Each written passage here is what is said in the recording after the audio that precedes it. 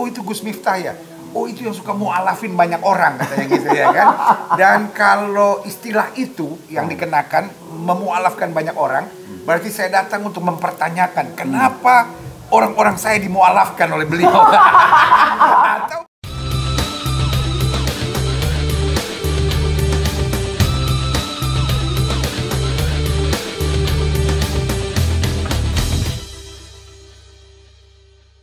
saudara akan dengar suara-suara, ya kan? Dan mungkin sudah pikir suara apa itu? Itu suara pengajian, alunan-alunan musik yang manis, saudara. Karena saya sedang ada di desa Tundan, saudara, di salah satu pondok pesantren. Ya mungkin kalau saudara orang yang mengerti bahasa Jawa akan tertawa kalau saya sebut, yaitu Ora Aji. Ora Aji itu dalam bahasa Jawa artinya no value, ya kan? Gak ada harganya, gak ada artinya, gak ada maknanya, ya kan? Tetapi di tengah-tengah seorang tidak ada harganya, kita harus tahu bahwa kita memang orang-orang tidak berharga. Tetapi karena ada Tuhan dalam hidup kita, ada Tuhan yang mengangkat kita, ada Tuhan yang menyelamatkan kita, ada Tuhan yang membuat kita waras, ada Tuhan yang membuat kita berpikir panjang dalam hidup ini, maka kita akan berarti. Dan karena kasih Tuhan, maka kita menyebut saudara kamu hebat. Nah, hari ini di desa Tundan di daerah Sleman di wilayah Jogja ini, di pesantren Ora Aji ini, saya bersama dengan pimpinan pondok pesantrennya, yaitu seorang yang biasa dipanggil Gus Miftah, ya kan? Dan sebagai ustadz, saya menyebutnya ustadz yang keren, lain daripada yang lain, ya kan? Gayanya biasa pakai kacamata hitam, ya kan? Tidak mau silau dengan harta kekayaan dunia, ya kan? Jadi kenapa harus pakai kacamata hitam? Karena dunia bisa menyilaukan, ya kan? Tetapi kalau adem mata kita, maka hati kita juga akan adem. Nah, kita jumpai Gus Miftah. Gus, terima kasih. Saya yang terima kasih. Sudah ada sate di sini, ada.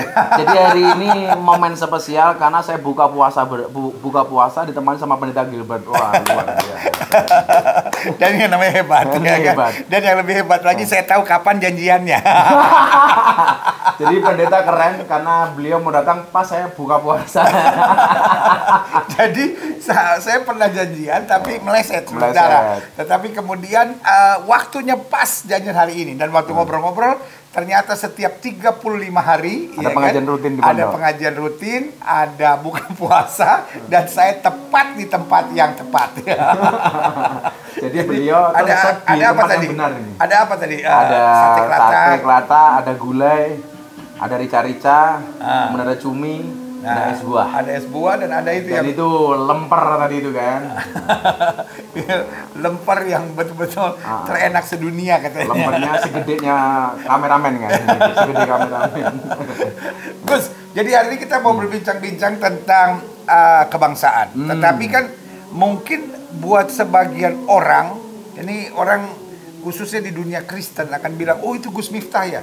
Oh itu yang suka mu'alafin banyak orang katanya gitu ya kan. Dan kalau istilah itu yang dikenakan memu'alafkan banyak orang, berarti saya datang untuk mempertanyakan kenapa orang-orang saya dimu'alafkan oleh beliau. Atau beliau bertanya, kenapa domba-domba kamu akhirnya teronong ke. Gimana? Saya dulu pernah, pendeta, didatangi sama orang Canberra, Australia. Ya. Yang saya tidak kenal sebelumnya. Kemudian dia datang ke sini. Dia bilang, before I am Christian and now I am atheist, dia bilang. Dulu saya orang Kristiani, tapi saya kan jadi ateis. Terus kemudian gara-gara lihat YouTube saya tertarik masuk Islam. Ya. Terus saya tanya, kenapa? Ya, karena gua lihat Islam itu enjoy saja. Ya. Enjoy saja. Dan dari semua orang itu yang katakan entah dari latar belakang apa, agamanya apapun, saya juga jarang pertanyakan mereka agamanya apa. Kalau mereka datang minta Islam ya, kan kita nggak bisa menolak. Ya. Tapi saya nggak pernah. Lah, tapi rata-rata ketika alasannya saya tanya kenapa? Karena kita lihat Gus Miftah asik saja. Gitu. Iya. Yang selalu saya bilang begini, orang non-Islam itu tidak melihat Quranmu, orang non-Islam itu tidak membaca hadismu, tetapi orang non-Islam itu melihat akhlak dan perbuatanmu. Iya. Makanya kalau you pengen menunjukkan agamamu itu asik, ya kamu harus asik. Iya betul. Kalau you pengen menunjukkan agamamu itu luhur, ya akhlakmu harus luhur. Itu saja sebenarnya. Ya, kalau kamu mau menunjukkan agamamu teroris, ya jadi teroris. Ya jadi teroris aja itu. Makanya saya bilang, orang masuk Islam itu besok wajah Islamnya seperti apa tergantung pintu masuknya. Kalau pintu masuknya keras ya Islamnya keras. Kalau pintu masuknya suka marah-marah ya Islamnya penuh dengan kemarahan. Tapi kalau pintu masuknya ramah ya Islamnya penuh dengan keramahan. Iya. Dan saya sekarang menghindari ya orang masuk Islam, saya tanya agama itu sebelumnya apa, saya nggak mau. Saya nggak mau. Yang jelas kalau dia mengatakan saya pengen masuk Islam, ya berarti dia non Islam. Saya nggak perlu tahu agama dia sebelumnya apa. Ya, tapi ya. yang jelas dia orang non Islam. Karena saya menjaga perasaan kawan-kawan saya yang agama sebelumnya. Ya. Itu cara saya menghormati teman-teman saya yang beragama. Katakanlah begini, ada orang datang kepada saya karena dia agamanya Katolik. Saya nggak perlu bertanya kepada dia agamamu sebelumnya apa. Ya. Yang jelas ketika dia pengen masuk Islam, ya berarti dia orang non Islam dong. Ya. Kenapa saya nggak harus bertanya apa agama dia sebelumnya? Karena saya menjaga perasaan kawan-kawan saya yang beragama lain. Iya, iya, iya. Bahkan saya pernah, Pak Gilbert, saya di Bekasi, saya baru pulang dari Taiwan. Saya pengajian di situ, bukan pengajian, kajian kebangsaan. Karena kajian kebangsaan teman-teman sekampung itu semua agama diundang, termasuk teman-teman pendeta macam-macam di situ ada. Tahu-tahu ada orang datang marah-marah. Ya. Berhenti dulu, cuma pakai ya. Gak ada apa. Saya pengen masuk Islam. Jadi pengen masuk Islam bentak saya. Saya bilang, biasa aja keles, gak usah marah-marah gitu. Nah, karena di depan saya banyak teman-teman pendeta, teman-teman agama lain, saya bilang, mohon maaf Pak, kalau dia mau masuk Islam di sini, saya nggak tahu agama dia sebelumnya apa. Menurut Bapak gimana? Hak mereka, Gus. Hak mereka. Toh agama juga nggak ada paksaan gitu. Dan saya selalu tekankan kepada teman-teman agama kita nggak boleh memaksa kepada siapapun untuk masuk ke dalam agama kita. Karena konsep dalam Al-Quran adalah la ikraha fiddin, tidak ada paksaan di dalam beragama. Tapi tentunya saya juga tidak bisa menolak dong. Katakanlah dulu kayak saya sering tanya begini, orang Indonesia itu kan aneh. Kalau ada orang masuk Islam sahadat semuanya bilang alhamdulillah. Tapi kalau ada gantian masuk jadi dombanya Pak Gilbert, orang bilang wow begini. Ya lu merasa aja karena Indonesia mayoritas Islam kan itu. Iya, iya. Kalau saya nggak terpengaruh, katakanlah kayak dulu Rame Marsanda masuk agama Kristen, itu hak dia. Saya bisa apa gitu loh. Demikian juga kalau ada orang kemudian datang ke pondok minta diislamkan, saya juga tidak bisa menolak Pak Pendeta. Selama saya tanya nggak ada paksaan, nggak ada apapun ya silakan. Iya. Jadi di dalam ini kan menarik untuk kita gali karena kelihatannya Gus Miftah ini bagian yang asiknya. Dan buat saya, jadi saya setuju Gus bahwa agama itu asik, agama itu damai, agama itu pinter, Agama itu keren. itu waras, agama itu keren, dan agama itu bikin orang jadi sadar. Iya. Bukan bikin orang jadi gila. Namanya aja agama, tidak agama kan berantakan. Orang jadi- beragama tidak boleh berantakan kan? Jadi kalau berantakan dia bukan Enggak, agama. bukan agama. Nah ini menarik. Jadi tadi bahas bahwa saya gambarkan orang mau masuk Islam tidak bisa saya larang. Pasti saya sambut karena itu tugas saya sebagai seorang ustadz, sebagai seorang tokoh agama Islam. Tetapi juga kalau ada orang yang mau keluar dari agama Islam memilih yang lain, saya juga tidak bisa datangin dia dengan pedang sambil bilang apa? Mau keluar? Saya pancung kepala kamu karena ada ayat apa tadi, Gus? Tidak ada paksaan di dalam beragama. Dalam bahasa Arabnya apa? La ikraha fiddin. La Tidak ada ikraha paksaan. fiddin. Tidak Jadi, ada paksaan. di dalam beragama. Kecuali orang itu bilang begini, konsultasi sama saya. Ya sama halnya lah kalau orang konsultasi mau pindah agama melalui Pak Gilbert, pasti kan diingatkan dengan agamanya kan. Iya. Kalau ada orang konsultasi gue saya mau pindah agama, ya tentunya saya ingatkan begini. Kalau saya nggak kenal dengan dia atau dia nggak ngomong sama saya, ngapain saya ngasih fatwa kepada dia? Saya punya prinsip jangan pernah memberikan fatwa kepada orang yang tidak minta fatwa. Ini menarik, ini seru. Ini seru. Jangan pernah memberikan kasih fatwa sate kelatak kepada orang yang nggak minta sate kelatak. Mintanya sate babi dikasih sate kelatak. Jangan pernah memberikan nasihat kepada orang yang tidak minta nasihat. Untuk apa? Dan itu yang bikin kadang-kala Indonesia ini gaduh. Iya, karena orang menempatkan dirinya sebagai penasihat. Orang menempatkan dirinya sebagai pemberi fatwa. Oh, jadi Gus membedakan dua hal. Yang pertama, kalau ada orang Muslim datang ke Gus lalu bilang saya mau pindah agama. Ya saya tanya, tahu nggak konsekuensinya? Ya. Sudah dipikir matang belum? Dalam pandangan Islam begini. seperti ini loh, gitu. Saya ingat. Tapi kalau enggak, Dan kenapa kamu mau pindah? mau pindah. Kalau kemudian dengan penjelasan itu dia mau pindah, ya urusan dia kan. Ya. Bukan apa-apa saya juga. Tapi kalau ada orang pindah nggak minta izin sama Ya. Gus, Ya ngomong saya juga dikasih nggak dimintain pendapat, ngapain saya komentar? ini namanya Pancasila, saudara, ya kan?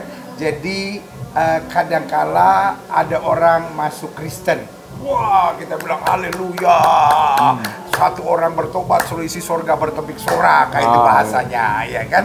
Tetapi ketika ada orang meninggalkan Kristen, ya kan, langsung kita maki-maki, oh itu kafir itu, oh jadi api neraka segala-galanya. Tetapi saya pikir kita harus berkaca diri. Contohnya kalau ada orang meninggalkan iman Kristen kita, maka pertanyaan kita adalah apakah kita sudah melayani mereka dengan baik? Apakah kita sudah menunjukkan kekristenan yang sejati? Kalau dalam Alkitab ada istilah, apakah kamu telah menjadi surat Kristus yang terbuka yang dapat dibaca oleh semua orang? Apa orang bilang, orang Kristen suka menghakimi, orang Kristen nakutin, apa nggak boleh, ini nggak boleh, itu nggak boleh, ini nakutin banget. Dan itu tadi bahasanya, bahwa agama harusnya membuat orang keren, membuat orang asik, membuat orang waras, membuat orang pinter, dan membuat orang akhirnya membawa damai dimanapun. Nah, gimana Gus? Ya kalau saya kan begini, teman-teman saya yakin kok teman-teman saya di Kristiani, di Katolik tahu begitu banyak orang yang kemudian datang ke saya untuk dimualafin katakanlah. Saya waktu itu ada dari Belanda Ramadan kemarin, kalau dia ateis, dia bilang I will be Muslim. Loh kenapa saya bilang gitu? Saya sebenarnya nggak suka dengan Islam. Saya udah belajar Islam 7 tahun dan saya nggak suka dengan Islam, dia bilang. Tapi saya terus belajar sampai kemudian saya mendapati di dalam sebuah video ini menarik buat saya. Akhirnya saya memutuskan masuk Islam. Agama apa? Saya ateis, nggak percaya dengan Tuhan sebelumnya. Dan ternyata fine. Demikian juga yang lain. Ketika saya tanya kenapa masuk Islam, gara-gara lihat YouTube-nya Gus Miftah. Padahal dalam semua ajaran saya ngaji, saya nggak pernah bergabung ke agama saya. Bahkan Pak Gilbert, Deddy Corbuzier mau masuk Islam saya tolak 3 kali. Saya nggak mau kemudian dia masuk Islam teman main-main. Dia teman saya, bro, I will to be a Muslim. Nggak usah. Jadi orang Islam itu berat, Ferguson. Cukup aku saja, kamu nggak akan kuat. Jangan begitu, Bambang. Saya tolak. Tapi begini ya saudara, saya khawatir nih ketika ini tayang, kita berdua musuhnya banyak. Ya kan? Karena yang Kristen bilang, karena ini topik yang sensitif saudara. Bicara tentang mu'alaf atau murtad. Nah, ya kan? Ini kayaknya saya mau bikin judul mu'alaf atau murtad aja ini. Mu'alaf ya kan? harus murtad. Nah, ya kan? Ini karena gini, ketika disebut mu'alaf, ya kan? Mungkin di bagian kita disebutnya, wah murtad dia, ya kan? Demikian juga sebaliknya. Tapi ketika menurut kita bertobat, ya kan? Menerima Kristus di kalangan Gus Miftah, oh itu, wah murtad itu darahnya halal, boy, itu karena bahasa yang paling ngeri darahnya halal. Nah, tetapi saudara gue kasih dalam Tuhan, ini kita bicara tentang murtad dan mu'alaf dengan tertawa-tertawa, saudara, karena akhirnya yang saya percaya bahwa ayat tadi itu apa itu? La ikraha fiddin. La ikraha fiddin, bahwa tidak ada pemaksaan dalam beragama, karena kalau dalam iman Kristen kan dikatakan jelas tidak ada seorang pun dapat mengaku Yesus Kristus Tuhan kecuali oleh Roh Kudus, ya kan? Jadi artinya jelas, tidak setiap orang dipilih Tuhan, setiap orang ada jalannya masing-masing, tetapi yang penting tadi tugas kita adalah membawa agama yang damai, beragama dengan sehat, dengan waras, dengan tenang dan menyejukkan. Nah, lalu bahkan dalam Al-Qur'an itu ada ayat begini. Faman syaa falyu'min, faman syaa falyakfur. Yang mau beriman beriman lah, yang mau kafir kafir lah. Tuhan itu demokratis kasih pilihan, tentunya dengan konsekuensinya masing-masing gitu. You mau beriman, sok atuh, mau kafir sok atuh. Dengan konsekuensinya masing-masing. Maka kita nggak boleh memaksakan keimanan kita kepada orang lain.